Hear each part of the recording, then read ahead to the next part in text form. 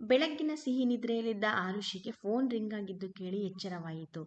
ಕೆಲಸ ಮಾಡಿ ಬಂದು ಸುಸ್ತಾಗಿ ಮಲಗಿದ ಆರುಷಿಗೆ, ಅರೆ ಇಷ್ಟು ಬೇಗ ಬೆಳಕಾಯಿತಾ, ಈಗ ತಾನೇ ಮಲಗಿದ್ದ ಹಾಗಿದೆ, ಅಲಾರಾಮ್ ಹೊಡೆದುಕೊಳ್ತಾ ಇದೆ, ಉಸ್ಸಪ್ಪ ಎಂದು ಮೊಬೈಲ್ ತೆಗೆದು ನೋಡಲು ರಾತ್ರಿ 11 ಗಂಟೆಯಾಗಿದೆ. ಅರೆ, ಪಪ್ಪ ಫೋನ್ ಮಾಡಿದ್ದಾರೆ ಎಂದು ರಿಂಗ್ ಮಾಡಿದಳು. ಆದರೆ ಆ ಕಡೆಯಿಂದ ಲೈನ್ ಕನೆಕ್ಟ್ ಆಗಲಿಲ್ಲ. ಎಚ್ಚರವಾದುದರಿಂದ ನಿದ್ರೆ ಬರುವ ಯಾವುದೇ ಮುನ್ಸೂಚನೆ ಇರಲಿಲ್ಲ. ಪಪ್ಪ ಬೆಳಿಗ್ಗೆ ಅಷ್ಟೇ ಫೋನ್ ಮಾಡಿದ್ರು, ಈಗ ಯಾಕೆ ಮಾಡಿದ್ದಾರೆ ಎಂದು ಯೋಚಿಸುತ್ತಾ ಅಡಿಗೆ ಮನೆ ಕಡೆ ನೀರು ಕುಡಿಯಲು ಹೋದಳು. ಕಿಟಕಿಯಿಂದ ಹೊರಗಡೆ ನೋಡಲು ನ್ಯೂಯಾರ್ಕ್ ನಗರ ರಾತ್ರಿಯೂ ಕೂಡ ಜಗಮಗಿಸುತ್ತಾ ಇತ್ತು. ಆರುಷಿಯು ಕಳೆದ 4 ವರ್ಷಗಳಿಂದ ಅಮೆರಿಕದ ನ್ಯೂಯಾರ್ಕ್ ನಗರಗಳಲ್ಲಿ ವಾಸಿಸುತ್ತಾ ಇದ್ದಾಳೆ. ಮೊದಲಿಗೆ ನ್ಯೂಯಾರ್ಕ್ ನಗರಕ್ಕೆ ಕೆಲಸಕ್ಕೆಂದು ಬಂದಾಗ ಈ ದೇಶಕ್ಕೆ ಹೊಂದಿಕೊಳ್ಳುವುದು ಕಷ್ಟ ಎಂದು ಅನ್ನಿಸಿ ಇಂಡಿಯಾಗೆ ವಾಪಸ್ಸು ಓಡಿ ಹೋಗೋಣ ಎಂದು ಯೋಚಿಸಿದ್ದಳು. ಪಪ್ಪ ಕೂಡ ಇಲ್ಲಿ ಒಬ್ಬಳೇ ಇರಲು ಕಷ್ಟವಾದರೆ ಬಂದು ಬಿಡು ಮಗಳೇ, ಇಲ್ಲೇ ಬೆಂಗಳೂರಿನಲ್ಲಿ ಒಂದು ಕೆಲಸ ಹುಡುಕುವಿಯಂತೆ ಎಂದು ಸಲಹೆಯನ್ನು ಕೊಟ್ಟಿದ್ದರು. ಆದರೆ ಪಟ್ಟು ಬಿಡದೆ ಇಲ್ಲಿಯೇ ಒಂಟಿಯಾಗಿ ಇದ್ದಳು. ಈಗ ನ್ಯೂಯಾರ್ಕನ್ನು ಬಿಟ್ಟು ಹೋಗಲು ಮನಸ್ಸಿಲ್ಲದೆ ಸ್ವಂತ ದುಡಿಮೆಯಲ್ಲಿ ಒಂದು ಫ್ಲಾಟ್ ತೆಗೆದುಕೊಂಡು ಇರುವಷ್ಟು ದಿನ ಇರುವುದೆಂದು ನಿರ್ಧರಿಸಿದಳು. ಪಪ್ಪ ಮೊದಲೇ ತಾಕೀತು ಮಾಡಿದ್ದರು, ಇಬ್ಬರೇ ಹೆಣ್ಣು ಮಕ್ಕಳಿರುವುದರಿಂದ ನನ್ನ ಕೈಯಲ್ಲಿ ಸಾಧ್ಯವಾದಷ್ಟು ದಿನಗಳು ಕಂಪನಿಯನ್ನು ನಡೆಸಿಕೊಂಡು ಹೋಗುವೆ. ಆದರೆ ನನ್ನ ಕೈಯಲ್ಲಿ ಸಾಧ್ಯವಿಲ್ಲ ಎಂದಾಗ ನೀನು ವಾಪಸ್ಸು ನ್ಯೂಯಾರ್ಕ್ನಿಂದ ಬಂದು ನನ್ನ ಎಲ್ಲ ಕಂಪನಿಯ ಮೇಲ್ವಿಚಾರಣೆಯನ್ನು ನೋಡಿಕೊಳ್ಳಬೇಕು. ಅಲ್ಲಿಯವರೆಗೂ ನಿನಗೆ ಇಷ್ಟ ಬಂದ ಹಾಗೆ ಇರು, ಓಕೆನಾ? ಬೆಂಗಳೂರಿನ ಸದಾಶಿವನಗರದಲ್ಲಿ ಸುಮಾರು 40 ವರ್ಷಗಳಿಂದ ಪಪ್ಪ, ಅಮ್ಮ, ನಾನು ಮತ್ತು ಅಕ್ಕ ವಾಸಿಸುತ್ತಿದ್ದೇವೆ. ಇಷ್ಟೇ ನಮ್ಮ ಪುಟ್ಟ ಸಂಸಾರ. ಅಜ್ಜಿ ಮತ್ತು ತಾತ ಎಲ್ಲ ಚಿಕ್ಕಮಗಳೂರಿನಲ್ಲಿ ವಾಸ. 500 ಎಕರೆ ತೋಟ ಅವರೇ ನೋಡಿಕೊಂಡು ಇದ್ದಾರೆ. ತಿಂಗಳಿಗೆ 2-3 ಬಾರಿ ಅಪ್ಪ ಅಮ್ಮ ಹೋಗಿ ಕೆಲಸದ ಕುರಿತು ವಿಚಾರಿಸಿಕೊಂಡು ಬರುವರು. ಅಮ್ಮನ ತವರು ಮನೆ ಕಟೀಲು. ಅಮ್ಮನ ಮನೆಯಲ್ಲೂ ಈಗ ತಕ್ಕ ಮಟ್ಟಿಗೆ ಸ್ಥಿತಿವಂತರೆ. ಅಪ್ಪನೇ ಅವರಿಗೆ ಒಳ್ಳೆಯ ಜೀವನವನ್ನು ನೀಡಿದ್ದರು. ಪ್ರಥಮ ಬಾರಿಗೆ ತಾತ ಮತ್ತು ಅಜ್ಜಿ ಅಮ್ಮನನ್ನು ಭೇಟಿಯಾಗಿದ್ದು ಕಟೀಲು ದುರ್ಗಾಪರಮೇಶ್ವರಿ ದೇವಸ್ಥಾನದಲ್ಲಿ. ಕಟೀಲು ದುರ್ಗಾಪರಮೇಶ್ವರಿಯ ತಾಯಿಯ ಪರಮ ಭಕ್ತೆ ನಮ್ಮ ಅಜ್ಜಿ. ಅಜ್ಜಿ ತಾತ ವರ್ಷಕ್ಕೆ ಒಮ್ಮೆ ಆದರೂ ದೇವಸ್ಥಾನಕ್ಕೆ ದರ್ಶನಕ್ಕೆ ಹೋಗುವರು. ಅದರಂತೆ ಈ ಸಲವೂ ಕೂಡ ದೇವಸ್ಥಾನಕ್ಕೆ ಹೋದಾಗ ಅಜ್ಜಿಯನ್ನು ತಾತ ದೇವಳದ ಮುಂಭಾಗದಲ್ಲಿ ಕುಳ್ಳಿರಿಸಿ, ಕಾರ್ ಡ್ರೈವರ್ ಕಾಣಿಸದೆ ಎಲ್ಲಿ ಹೋದರೆಂದು ನೋಡಿಕೊಂಡು ಕರೆದುಕೊಂಡು ಬರುವೆ ಎಂದು ಹೋಗಿದ್ದರೆ ಅಜ್ಜಿಗೆ ತಲೆ ತಿರುಗಿದಂತಾಗಿ ಅಲ್ಲೇ ಬಿದ್ದಿದ್ದರಂತೆ.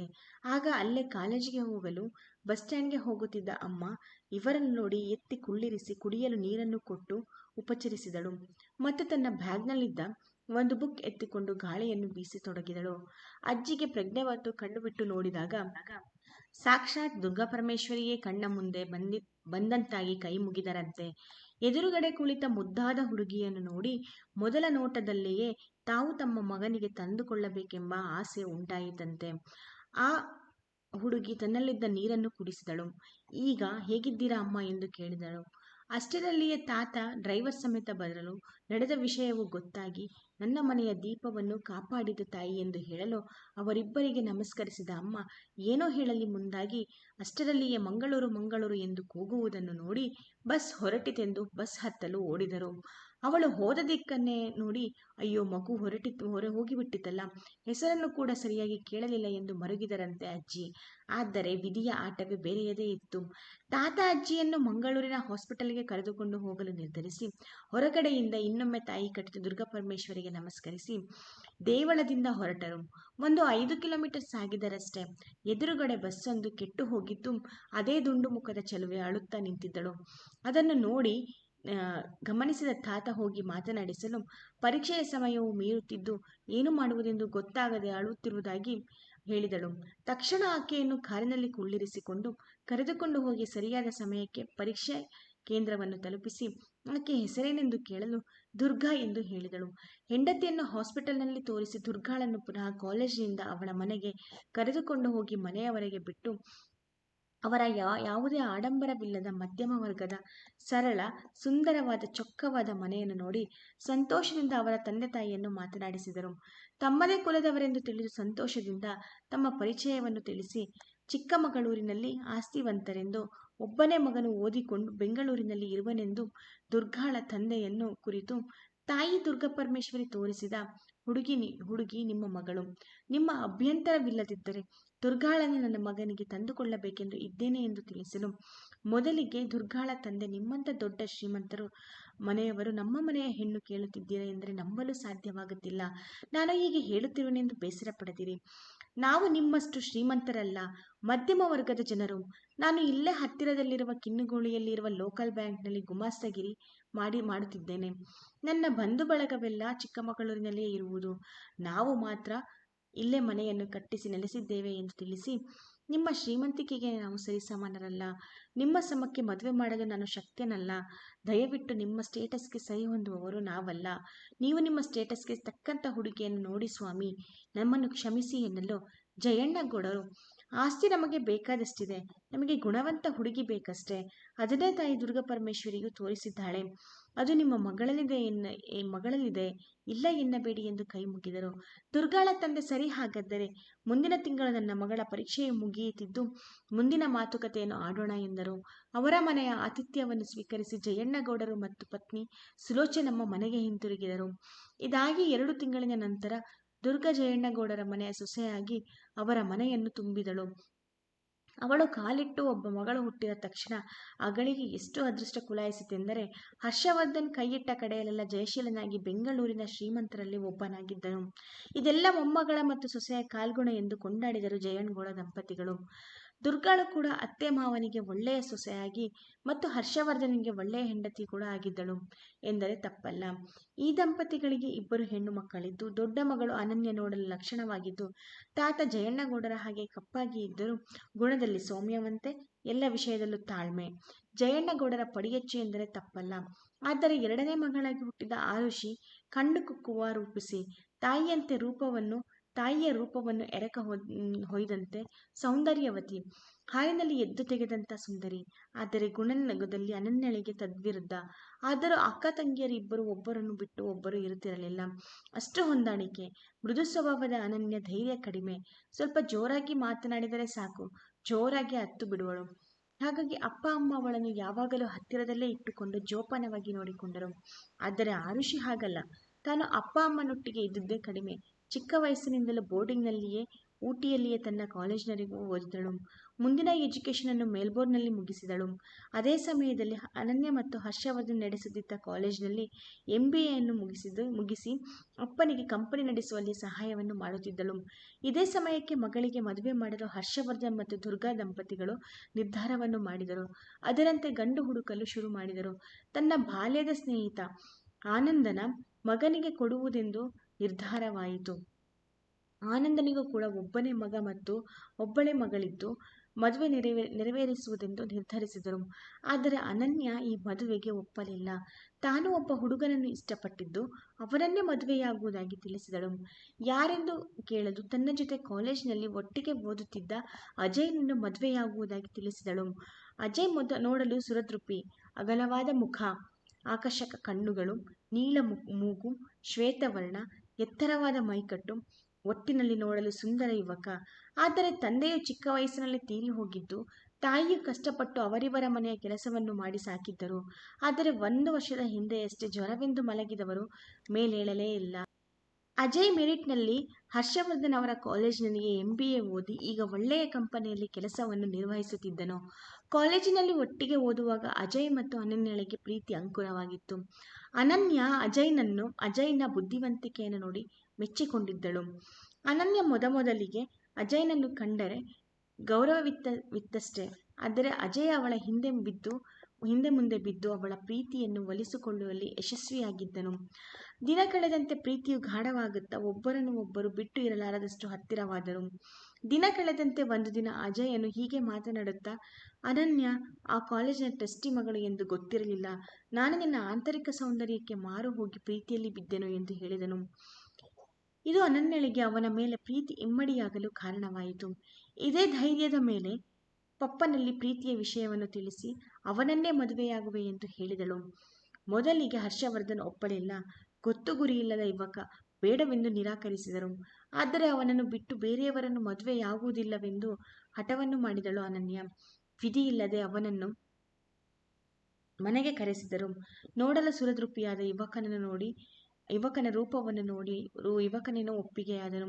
ಆದರೆ ಗುಣನಡತೆಯನ್ನು ತಿಳಿದುಕೊಳ್ಳುವುದಕ್ಕೆ ಹೀಗೆ ಮಾತನಾಡುತ್ತಾ ಒಂದು ಫ್ಲ್ಯಾಟ್ ಖರೀದಿ ಮಾಡಿದ್ದು, ಮದುವೆಯಾದ ನಂತರ ಅನನ್ಯ ಜೊತೆ ಅದೇ ಫ್ಲ್ಯಾಟ್ನಲ್ಲಿ ಇರುವುದಾಗಿ ತಿಳಿಸಿದನು ಅಜಯ್. ಹುಡುಗನ ಸ್ವಾಭಿಮಾನ ಹರ್ಷವರ್ಧನಿಗೆ ಹಿಡಿಸಿತು. ತನಗೆ ಬೇಕಾದಷ್ಟು ಆಸ್ತಿ ಇದೆ, ಮತ್ತೆ ಆಸ್ತಿವಂತ ಹುಡುಗನ ಅವಶ್ಯಕತೆ ಆದರೂ ಯಾಕೆ? ಇರುವುದೆಲ್ಲ ಅವರಿಗೆ.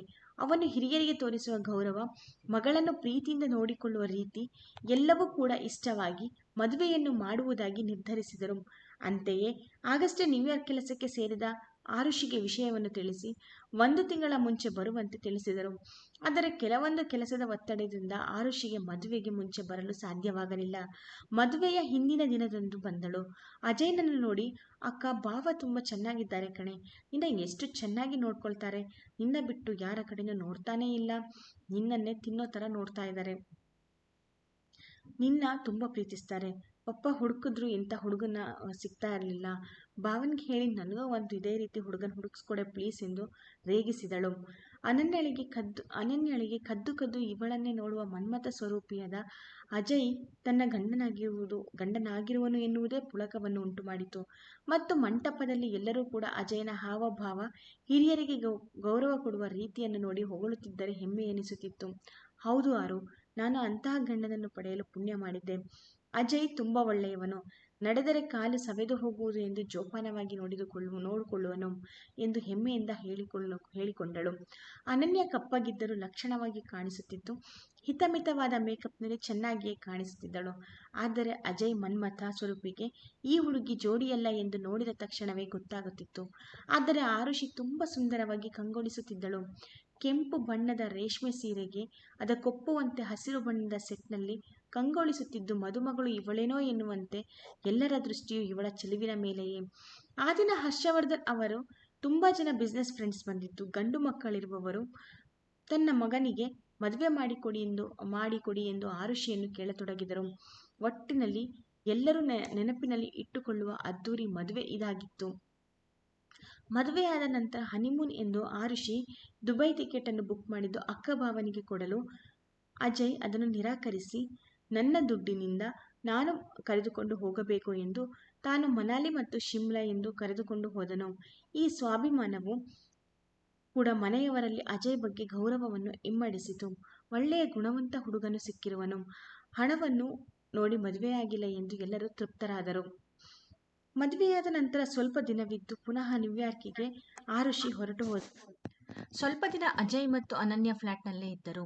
ಅನನ್ಯಳಿಗೆ ಕಷ್ಟವಾಗಬಾರದೆಂದು ಅಜಯ್ ತಾನೇ ಬೆಳಗ್ಗೆ ಎದ್ದು ಅವಳ ಎಲ್ಲ ಕೆಲಸವನ್ನು ಮಾಡುವನು. ಉಳಿದ ಕೆಲಸವನ್ನು ನೋಡಿಕೊಳ್ಳಲು ಕೆಲಸದವರನ್ನು ನೇಮಿಸಿದನು. ನೀನು ಯಾಕೆ ಕೆಲಸ ಮಾಡಬೇಕು? ನಿನ್ನನ್ನು ಸಾಕುವುದಕ್ಕೆ ನಾನಿಲ್ಲವೇ? ನೀನು ಅತ್ತೆಯ ತರಹ ಮಹಾರಾಣಿಯ ಹಾಗೆ ಮನೆಯಲ್ಲೇ ಇದ್ದು ಬಿಡು. ಮಾವನ ಕಂಪನಿಯಲ್ಲಿ ಕೆಲಸ ಮಾಡುವುದು ಸಾಕು. ಒಂದು ವೇಳೆ ಮಾವನಿಗೆ ಸಹಾಯದ ಅವಶ್ಯಕತೆ ಇದೆ ಎಂದರೆ ನಾನೇ ಕೆಲಸವನ್ನು ಬಿಟ್ಟು ಅವರ ಕಂಪನಿಯಲ್ಲಿ ಸಹಾಯಕನಾಗಿ ಇರುವೆ ಎಂದು ಹೇಳಿ ಕೆಲಸವನ್ನು ಬಿಡಿಸಿದನು. ಮಗಳು ಆ ಸಣ್ಣ ಮನೆಯಲ್ಲಿ ಕಷ್ಟಪಡಬಾರದೆಂದು ಬೇರೆ ದೊಡ್ಡ ಮನೆಯೊಂದನ್ನು ಕೊಂಡಿದ್ದರು ಹರ್ಷವರ್ಧನ್. ಆದರೆ ಅಜಯ್ ಸುತರಾಂ ಒಪ್ಪಲಿಲ್ಲ. ಬೇಡ, ನಾವು ಚಿಕ್ಕ ಮನೆಯಲ್ಲಿ ಸುಖವಾಗಿ ಇದ್ದೇವೆ, ಯಾವುದೇ ಕಾರಣಕ್ಕೂ ಬೇಡ ಎಂದು ನಿರಾಕರಿಸಿದನು. ಆದರೆ ತುಂಬಾ ಒತ್ತಾಯ ಮಾಡಲಾಗಿ ಆ ಮನೆಗೆ ಶಿಫ್ಟ್ ಆದರು. ಹರ್ಷವರ್ಧನ್ ಮತ್ತು ದುರ್ಗಾ ದಂಪತಿಗಳನ್ನು ಅಜಯ್ ತನ್ನ ಒಳ್ಳೆಯ ನಡವಳಿಕೆಯಿಂದ ಪ್ರಭಾವಿತಗೊಳಿಸಿದನು. ಹರ್ಷವರ್ಧನ್ ರವರು ಅಜಯ್ನನ್ನು ತನ್ನ ಕಂಪನಿಯಲ್ಲಿ ಸಹಾಯಕನಾಗಿ ನೇಮಿಸಿಕೊಂಡರು. ಈ ಬಾರಿ ವಿರೋಧವನ್ನು ವ್ಯಕ್ತಪಡಿಸದೆ ಒಪ್ಪಿಕೊಂಡನು.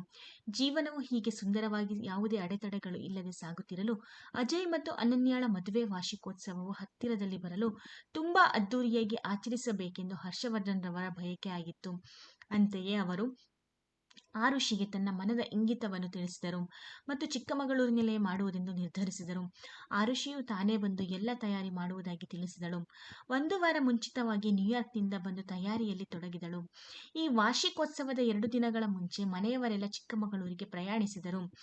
ಅಜಯ್ ಮತ್ತು ಅನನ್ಯ ಕುಲದೇವರಿಗೆ ಹೋಗಿ ಪೂಜೆ ಮಾಡಿಸಿ ಅಜ್ಜಿ ತಾತನ ಆಶೀರ್ವಾದವನ್ನು ಪಡೆದುಕೊಂಡರು. ತುಂಬಾ ಅದ್ದೂರಿಯಾಗಿ ನಡೆದ ಈ ಕಾರ್ಯಕ್ರಮದಲ್ಲಿ ಬೆಂಗಳೂರಿನಿಂದ ದೊಡ್ಡ ದೊಡ್ಡ ಬಿಸ್ನೆಸ್ ಪಾರ್ಟ್ನರ್ಗಳು ಮತ್ತು ರಾಜಕಾರಣಿಗಳು ಮತ್ತು ಸಿನಿಮಾ ತಾರೆಯರೆಲ್ಲ ಬಂದು ಕಾರ್ಯಕ್ರಮದ ಮೆರುಗನ್ನು ಹೆಚ್ಚಿಸಿದ್ದರು. ಆದರೆ ಅಜಯ್ನ ಸ್ನೇಹಿತರು ಯಾರೂ ಬಂದಿರಲಿಲ್ಲ. ಯಾಕೆಂದು ಭಾವನಲ್ಲಿ ಕೇಳಲು ಚಿಕ್ಕಮಗಳೂರು ದೂರವಾದ್ದರಿಂದ ಬಂದಿಲ್ಲ ಎಂದು ಹಾರಿಕೆಯ ಉತ್ತರವನ್ನು ನೀಡಿದನು. ಆರುಷಿಯೇ ಮುತುವರ್ಜಿಯಿಂದ ಅನನ್ಯಾಳನ್ನು ತಯಾರು ಮಾಡಿದಳು. ಏನೋ ಒಂದು ಕಳೆ, ತುಂಬಾ ಚೆನ್ನಾಗಿ ಕಾಣಿಸುತ್ತಿದ್ದಳು ಅನನ್ಯ. ಈ ಕಾರ್ಯಕ್ರಮದಲ್ಲಿ ಎಲ್ಲರನ್ನು ಉದ್ದೇಶಿಸಿ ಮಾತನಾಡುತ್ತಾ ಹರ್ಷವರ್ಧನ್ ರವರು 2 ವಿಷಯವನ್ನು ಎಲ್ಲರೊಂದಿಗೆ ಹಂಚಿಕೊಳ್ಳಲು ಬಯಸಿದರು. ಮೊದಲನೆಯದಾಗಿ, ರಾಜ್ಯದ ಮಾನ್ಯ ಗೃಹ ಮಂತ್ರಿಗಳ ಮಗನಾದ ಭರತನಿಗೆ ತನ್ನ ಮಗಳು ಆರುಷಿಯನ್ನ ಮದುವೆ ಮಾಡುವುದಾಗಿ ತಿಳಿಸಿದರು. ಮೊದಲೇ ಆರುಷಿ ಮತ್ತು ಭರತನು ಆಸ್ಟ್ರೇಲಿಯಾದ ಮೆಲ್ಬೋರ್ನ್ನಲ್ಲಿ ಓದುವಾಗ ಪರಿಚಯವಿದ್ದು ಒಳ್ಳೆಯ ಸ್ನೇಹಿತರಾಗಿದ್ದರು. ಹರ್ಷವರ್ಧನ್ ಮತ್ತು ಭರತನ ತಂದೆ ಮದುವೆ ಮಾಡುವುದೆಂದು ನಿರ್ಧರಿಸಿದಾಗ ನ್ಯೂಯಾರ್ಕ್ನಲ್ಲಿ 1-2 ಸಲ ಭೇಟಿಯಾಗಿ ತಮ್ಮ ಒಪ್ಪಿಗೆಯನ್ನು ನೀಡಿದ್ದರು. ಈ ವಿಷಯವನ್ನು ಈ ದಿನವೇ ಸರ್ಪ್ರೈಸ್ ಕೊಡಬೇಕೆಂದು ಹರ್ಷವರ್ಧನ್ ಮತ್ತು ಆರುಷಿ ಅನನ್ಯಾಳಿಗೆ ಹೇಳಿರಲಿಲ್ಲ. ತಂಗಿಯ ಮದುವೆ ಎಂದು ಕೇಳಿ ಅನನ್ಯಾಳಿಗೆ ತುಂಬಾ ಸಂತಸವಾಯಿತು. ಇನ್ನೊಂದು ಅನೌನ್ಸ್ಮೆಂಟ್ ಮಾಡಿದರು. ಅದರಂತೆ ತಾನು ಶೀಘ್ರದಲ್ಲಿಯೇ ತಾತನಾಗುತ್ತಿರುವುದಾಗಿ, ತನಗೆ ಪ್ರಮೋಷನ್ ಆಗುವುದಾಗಿ ತಿಳಿಸಿದರು. ತನ್ನ ಮಗಳು ಅನನ್ಯ ತಾಯಿಯಾಗುತ್ತಿರುವುದಾಗಿ ತಿಳಿಸಿದರು. ಎಲ್ಲರ ಮುಖದಲ್ಲೂ ಆಶ್ಚರ್ಯವೇ ಆಶ್ಚರ್ಯ. ಯಾಕೆಂದರೆ ಹರ್ಷವರ್ಧನ್ ಮತ್ತು ಅನನ್ಯಾಳನ್ನು ಹೊರತುಪಡಿಸಿ ಅಜಯ್ಗೂ ಕೂಡ ಈ ವಿಷಯ ತಿಳಿದಿರಲಿಲ್ಲ. ಅನನ್ಯ ಅಜಯ್ನ ಹತ್ತಿರ ಬಂದು, ಹೇಗಿದೆ ಅಜ್ಜು, ನನ್ನ ಸರ್ಪ್ರೈಸ್ ಖುಷಿ ಆಯ್ತಾ? ಇನ್ನು 7 ತಿಂಗಳಲ್ಲಿ ನಮ್ಮದೇ ಮುದ್ದಾದ ಮಗು ಇರುತ್ತೆ ಎಂದು ಹೇಳಲು ಅಜಯ್ ಖುಷಿಯಿಂದ ತಬ್ಬಿಕೊಂಡನು. ಆರುಷಿ ಹತ್ತಿರ ಬಂದು, ಅರೆ ಭಾವ, ನನಗೆ ತುಂಬಾ ಖುಷಿಯಾಗಿದೆ, ನಾನು ಚಿಕ್ಕಮ್ಮ ಆಗ್ತಿದ್ದೀನಿ ಎಂದು ಖುಷಿಯಿಂದ ಅಕ್ಕ ಮತ್ತು ಭಾವನನ್ನು ತಬ್ಬಿಕೊಂಡಳು. ಮತ್ತೆ ತಾನು ಮದುವೆಯಾಗಲಿರುವ ತನ್ನ ಹುಡುಗನನ್ನು ಪರಿಚಯಿಸಿದಳು. ಫಂಕ್ಷನ್ ಎಲ್ಲ ಸಾಂಗವಾಗಿ ಮುಗಿದು ಎಲ್ಲರೂ ಖುಷಿಯಿಂದ ತಮ್ಮ ತಮ್ಮ ಮನೆಗಳಿಗೆ ಹೋಗಲು ಹರ್ಷವರ್ಧನ್ ರವರ ಸಂಸಾರ ಬೆಂಗಳೂರಿಗೆ ವಾಪಸ್ಸಾದರು. 1 ವಾರ ಆರುಷಿ ಮತ್ತು ಭರತ್ ಶಾಪಿಂಗ್ ಎಂದು ಎಲ್ಲಾ ಕಡೆ ಒಟ್ಟಿಗೆ ಸುತ್ತಾಡಿದರು. ಅನನ್ಯಾಳ ಡೆಲಿವರಿ ಆದ ನಂತರ ಮದುವೆ ಮಾಡುವುದೆಂದು ಎಲ್ಲರೂ ಕೂಡ ನಿರ್ಧರಿಸಿದರು. ರಜೆಯು ಮುಗಿಯಲು ಆರುಷಿ ನ್ಯೂಯಾರ್ಕ್ಗೆ ಹೋದಳು. ಹೋಗುವ ಮೊದಲು 4 ಸೇರಿ ಊಟಕ್ಕೆಂದು ಹೊರಗಡೆ ಹೋದರು. ಆಗ ಮಾತನಾಡುತ್ತಾ ಆರುಷಿ ಅನನ್ಯಾಳನ್ನು ಕುರಿತು, ಅಕ್ಕ, ನಿನ್ನ ಡೆಲಿವರಿ ಟೈಮ್ಗೆ ಕರೆಕ್ಟಾಗಿ ಬರ್ತೀನಿ, ನಿನ್ನ ಮಗುನ ನಾನೇ ಫಸ್ಟ್ ಎತ್ಕೋಬೇಕು ಆಯ್ತಾ ಎಂದು ಹೇಳಿ ಒಂದು ಸಿಹಿ ಮುತ್ತನ್ನು ಅಕ್ಕನಿಗೆ ಕೊಟ್ಟು ಭಾವನಿಗೆ ಅಕ್ಕ ಮತ್ತು ಮಗು ಜಾಗ್ರತೆ ಎಂದು ಹೇಳಿದಳು. ಹಳೆಯದನ್ನೆಲ್ಲ ಯೋಚಿಸುತ್ತಾ ಹಾಗೆ ಕುಳಿತು ಬಿಟ್ಟಳು. ಇನ್ನ 2 ತಿಂಗಳಿದೆ ಅಷ್ಟೇ, ನಾನು ಚಿಕ್ಕಮ್ಮನಾಗಿ ಬಡ್ತಿ ಹೊಂದುವೆ ಎಂದು ಖುಷಿಯಿಂದ ಮಲಗಲು ಹೋದಳು. ಅಷ್ಟರಲ್ಲಿ ಪಪ್ಪ ಮತ್ತೆ ಫೋನ್ ಮಾಡಿದರು. ಜೋರಾಗಿ ಅಳುತ್ತಾ, ಅರುಷಿ ಪುಟ್ಟ, ನಾನು ಹೇಳುವುದನ್ನು ಗಮನವಿಟ್ಟು ಕೇಳು. ನಮ್ಮ ಮನೆಯಲ್ಲಿ ನಡೆಯಬಾರದು ನಡೆದಿದೆ. ನಾವು ಸರ್ವನಾಶವಾದೆವು. ನಮ್ಮ ಸುಖದ ಜೀವನ ಮುಗಿಯಿತು. ಈಗಲೇ ಹಿಂದೂ ಮುಂದೆ ಯೋಚಿಸದೆ ಇಂಡಿಯಾಗೆ ನೀನು ವಾಪಸ್ಸು ಬಂದು ಬಿಡು. ಮತ್ತೆ ನೀನು ನ್ಯೂಯಾರ್ಕಿಗೆ ಹೋಗಲು ನಿನಗೆ ಸಾಧ್ಯವಾಗುವುದಿಲ್ಲ. ಈಗಲೇ ಹೊರಡು ಪುಟ್ಟ. ಏನು ಎಂದು ನನ್ನನ್ನು ಏನು ಕೇಳಬೇಡ. ಇಂಡಿಯಾಗೆ ಬಂದ ನಂತರ ನಾನೇ ತಿಳಿಸುವೆ ಎಂದು ಅಳುತ್ತಾ ಫೋನ್ ಕಟ್ ಮಾಡಿದರು. ಮೊದಲು ಆರುಷಿಗೆ ಅರ್ಥವಾಗಲಿಲ್ಲ. ಪುನಃ ಅಪ್ಪನಿಗೆ ಕರೆ ಮಾಡತೊಡಗಿದಳು. ಆದರೆ ಆ ಕಡೆಯಿಂದ ಯಾವುದೇ ಪ್ರತಿಕ್ರಿಯೆ ಬರಲಿಲ್ಲ. ಅಮ್ಮನಿಗೆ ಫೋನ್ ಮಾಡಿದಳು. ಆದರೆ ಅದು ಸಾಧ್ಯವಾಗಲಿಲ್ಲ. ಅನನ್ಯ, ಭರತ್, ಭಾವನಿಗೆ ಪ್ರತಿಯೊಬ್ಬರಿಗೂ ಕೂಡ ಫೋನ್ ಮಾಡಿದರೂ ಕೂಡ ಫೋನ್ ಸ್ವಿಚ್ ಆಫ್ ಎಂದು ಬರತೊಡಗಿತು. ಏನು ಮಾಡುವುದೆಂದು ತಿಳಿಯಲಿಲ್ಲ. ಗಾಬರಿಯಿಂದ ಜೋರಾಗಿ ಅಳುತ್ತಾ ಮೊದಲು ಫ್ಲೈಟ್ ಟಿಕೆಟ್ ಅನ್ನು ಬುಕ್ ಮಾಡಿ ಬಟ್ಟೆಯನ್ನು ಒಂದೊಂದಾಗಿ ತುಂಬಿಸತೊಡಗಿದ. ವೀಕ್ಷಕರೇ, ಈ ಕತೆ ನಿಮಗೆ ಇಷ್ಟವಾದಲ್ಲಿ ಲೈಕ್, ಶೇರ್ ಮಾಡಿ ಮತ್ತು ಚಾನೆಲ್ ಅನ್ನು ಸಬ್ಸ್ಕ್ರೈಬ್ ಮಾಡಿರಿ. ಕತೆಯು ಮುಂದುವರಿಯುವುದು. ಆರುಷಿಯ ಮುಂದಿನ ಜೀವನ ಏನಾಯಿತು? ಭಾರತದಲ್ಲಿ ಆಗಿರುವುದಾದರೂ ಏನು? ಕಥೆಯ ಬಗ್ಗೆ ಪೂರ್ಣವಾದ ಮಾಹಿತಿಯನ್ನು ತಿಳಿದುಕೊಳ್ಳಲು ಕಥೆಯು ಮುಂದುವರಿಯುವುದು. ಭಾಗ 2 ನಿರೀಕ್ಷಿಸಿ. ಧನ್ಯವಾದಗಳು.